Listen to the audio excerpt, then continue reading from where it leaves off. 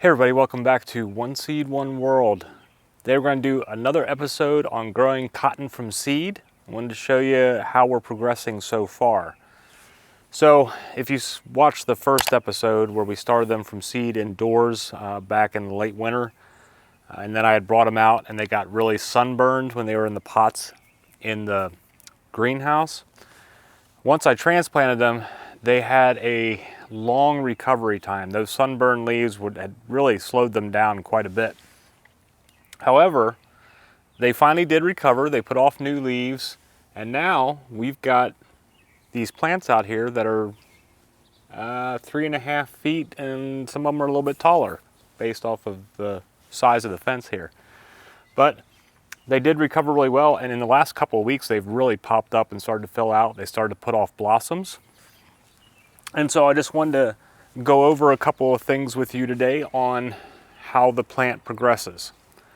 So the cotton plant puts off the blossoms, and when they first start, they are white, like on the day that they bloom.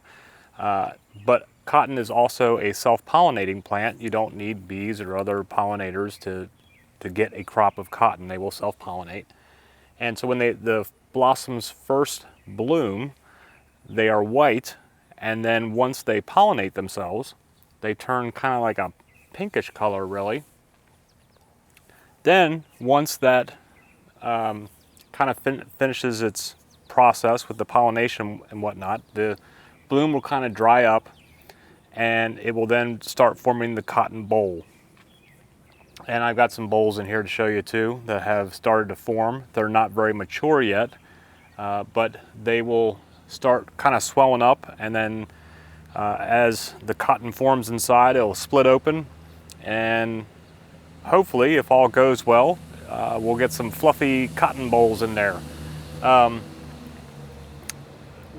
While cotton is, likes the heat, we have had a lot of heat and a lot of rain. They do need some good watering, and so if you end up with a season that's not much rain, if you have a lot of drought and you haven't been able to water, it can really affect the size and fluffiness of the cotton that you get out of it.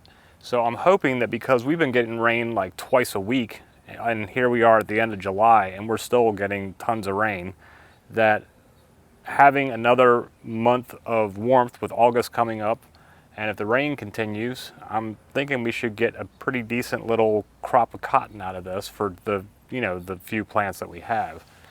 But so far, this has been a great success story so far, even though we went through some challenges at the beginning. So far so good with the cotton. We have a lot of bolls coming on, a lot of blossoms, both new and ones that have just become pollinated and are starting to go through their process to form the boll.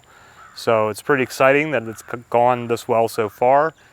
I've got 6 plants that are visible out here. There were 8 total. 2 of them are buried in all those sunflowers behind me. I wasn't thinking that we were going to get that many sunflowers grow up in that area, and there are 2 other smaller plants that I haven't even been able to get to check. So I don't know if those will even make it because they've been buried for the past 2 months under these sunflowers. But other than that, we've got 6 good plants going on, and we're pretty excited about the potential of having some fluffy cotton out here in another month maybe. So we'll see how it goes and we'll keep you updated. But just wanted to give you that a little bit more information on growing cotton from seed if you want to try it. It is one of the longest growing crops in the US. So you need, a long period of time. I think it's like 6 months for it to really come to fruition. And so it's good if you can start them inside and then transplant them outside to kind of give them that head start before summer rolls in where they like that heat. Thanks for hanging out again with me today. I hope you'll stay tuned for future episodes of growing the cotton from seed and the other things that we have going on here. So subscribe to the channel if you haven't already. And hope whatever's going on in your neck of the woods, in your gardens, greenhouses, homesteads, whatever's going on, hope it's working out fantastic for you. We will see you again soon. Have a great day. Namaste.